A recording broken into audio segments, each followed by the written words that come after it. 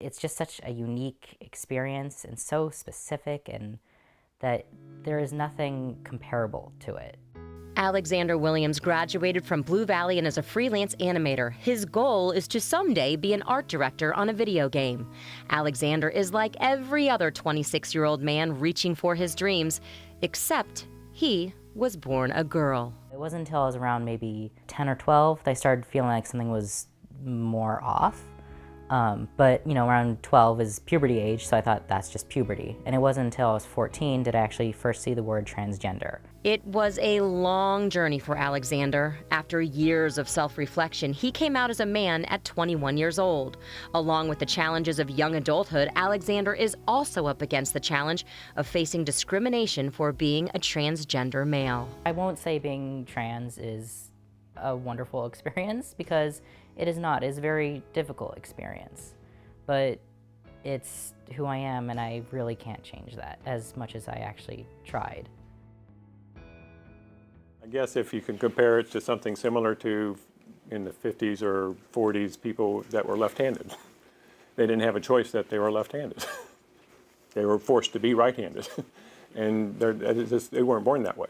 Bill Arch is a social worker with Madison Avenue Psychological Services and has helped Alexander through his transition, which is a very dangerous time for people struggling with gender identity. Trans rights are human rights. In my work with them, I know that in suicide prevention, that thwarted belongingness is an issue and perceived burdensomeness.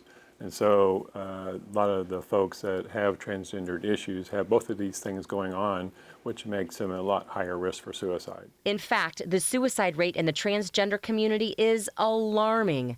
A study done by the American Foundation for Suicide Prevention and the Williams Institute finds that 41% of transgender people try to kill themselves, as opposed to 4.6% of the general population. I don't know, I think it would be very confusing. If I'm heterosexual male and that was a minority issue and I couldn't come out and say, live as a heterosexual male, what do I do? And so the folks that have the transgendered issues must have a lot of courage, a lot of stamina to be able to put up with that. Our folks who just are walking through the world happen to be trans. How can we really create a story that pulls from the fullness of their life, as opposed to kind of pigeonholing them in their gender journey? J. Marie Hill is the Education and Advocacy Program Coordinator at the ACLU of Missouri. They say there is an evolution of the once underground community, people who have been put through the ringer medically and psychologically to prove who they are. People have had to kind of hide who they've wanted to be, right? Because if you are trying to say, I'm fully who I am, and then you are denied a job, you're denied health care, you're denied housing, you're denied employment, employment, then you're going to be having to figure out how to live a life, right? And that might be in private because you can't make a life in public. I freelance at home, so I actually don't have to experience workplace discrimination. And do you work at home because you're afraid of that discrimination? Yeah, actually, because I've experienced it before, and it just became easier to just work at home instead. For the 21st year in a row, there is an LGBTQ anti-discrimination bill for consideration in the Missouri legislature. 55 Kansas lawmakers support a similar law on the other side of the state line. Both bills would protect LGBTQ folks from discrimination in employment, housing, and other services. Legislative insiders believe neither has a chance of becoming law. But what Kansas and Missouri legislators do might not matter so much in the end.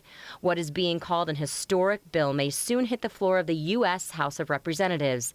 The Equality Act would provide those protections for the LGBTQ community. 130 companies spread throughout all 50 states have band together urging Congress to pass this federal anti-discrimination law. What would that mean to you if you were protected legally? Well, I mean, it would be what everyone else already has, first of all. And we gotta work, we gotta do all the things other people do because we are also people.